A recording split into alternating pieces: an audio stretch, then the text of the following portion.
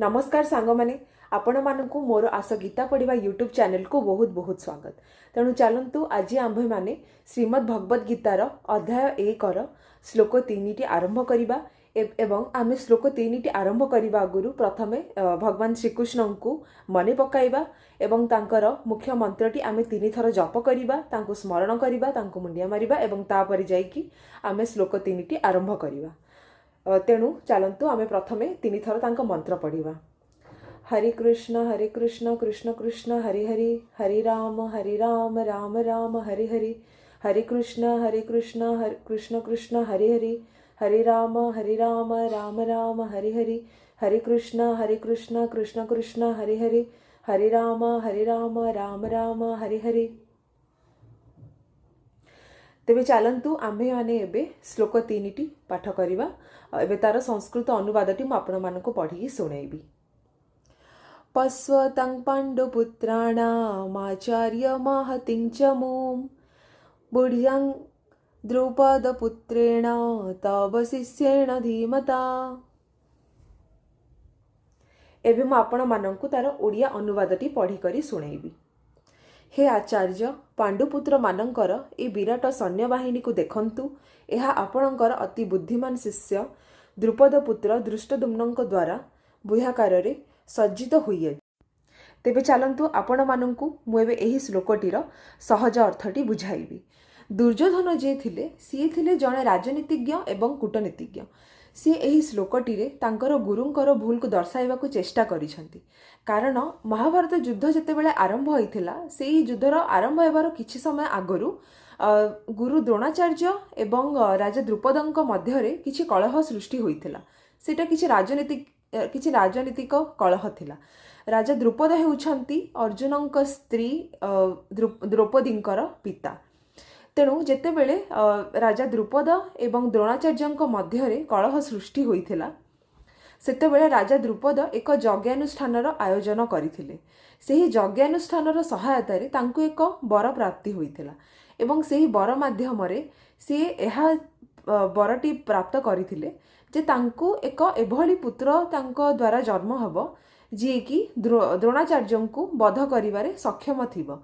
जेतेबेले द्रुपदଙ୍କୁ तांकर पुत्र दृष्टद्युम्न तांको प्राप्त हेले तापरे जेतेबेले दृष्टद्युम्न टिके टिके बड़ हेले तापरे सीए गुरु द्रोणाचार्यଙ୍କ पाखकू राजनीतिज्ञ सबु किछि तार शिक्षा करने से तांको पाखकू गले एवं गुरु द्रोणाचार्य जेहेतु एक ब्राह्मण थिले एवं सीए बहुत सचोट थिले बहुत उदार हृदय थिले सेथिपाई सीए तांकर शत्रुंकर पुत्र को किछि ज्ञान एवं सठिक ज्ञान देबारे तांको मनरे किछि मध्य बाधा प्राप्त हेलानी कि जेहेतु ये मोर शत्रुंकर पुत्र मु यांकु मोर सबु सठिक ज्ञानटी प्रदान करिबिनी या सेमती किछि एई सबु भाबिबा बदलरे गुरु द्रोणाचार्य दृष्टद्युम्नଙ୍କୁ जेमिति से पांडुपुत्र मानंकु सबु किछि अस्त्र शास्त्र सबु किछि सिखाई थिले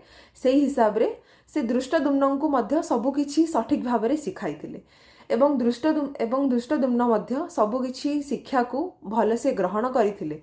एवं एबे जेतेबेले महाभारतर युद्ध आरंभ हैला कुरुक्षेत्र रे सेतेबेले दृष्टद्युम्न थिले पांडव मानक सपक्ष रे एवं कौरव मानक सपक्ष रे दुर्योधन थिले।